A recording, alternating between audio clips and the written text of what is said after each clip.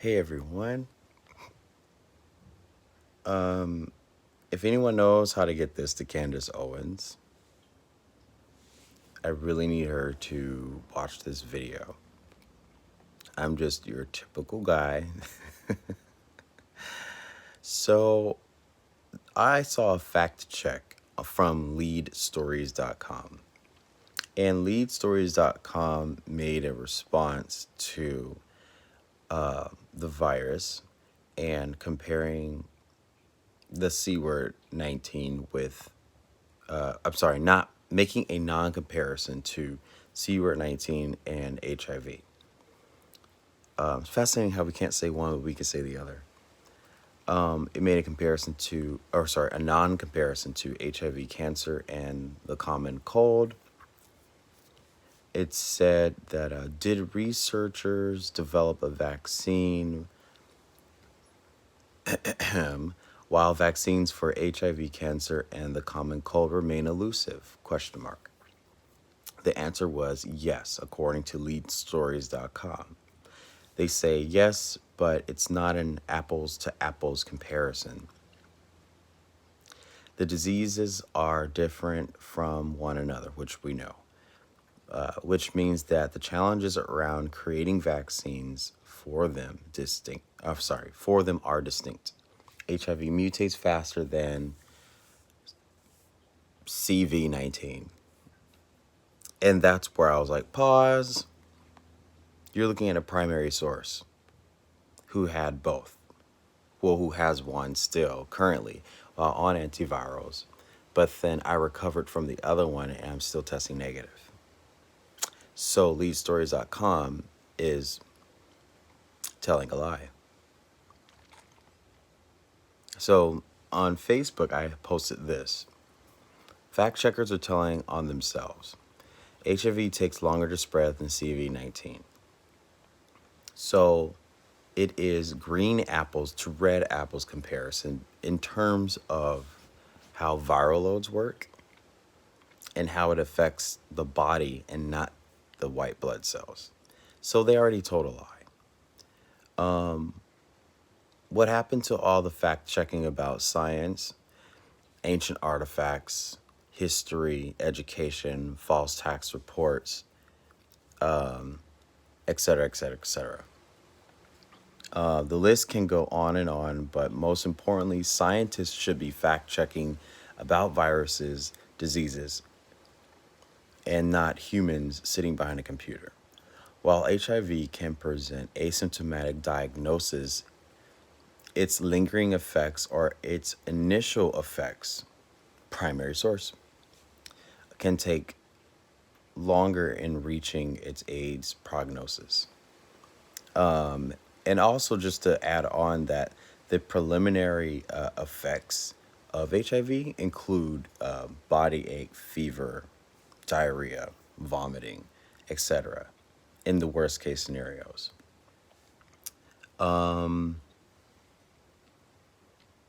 According to, so from my AIDS diagnosis, this is in AIDS 101 education. AIDS diagnosis, which then leads to death, is only according to the white blood cell count, whereas CV-19 only shuts down the organs immediately, as reported on media, and cut off the organ supply, as reported, allegedly. In other words, the AIDS epidemic, we would have seen more deaths compared to CV-19. True fact. Look at the reports of deaths of,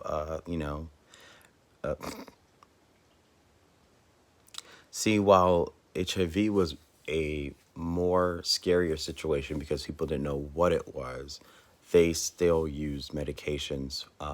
Wasn't it for mumps and mad cow disease, allegedly? While CV-19 has a recovery rate more efficiently than HIV, one can still test negative for CV-19 after recovery. So how come it's possible to still test negative for CV-19, but then when one is infected with HIV, it's positive forever, unless you're taking medications, antivirals that keep you undetected. But undetected doesn't mean that it's still not in the body. And CV-19 doesn't initially stay in the body. You just get re-exposed. So there's a lie. So Candice Owens, can you please take my own video petition? I raise my right hand and say everything I tell is all the truth. So help me God. There's nothing here but the truth. The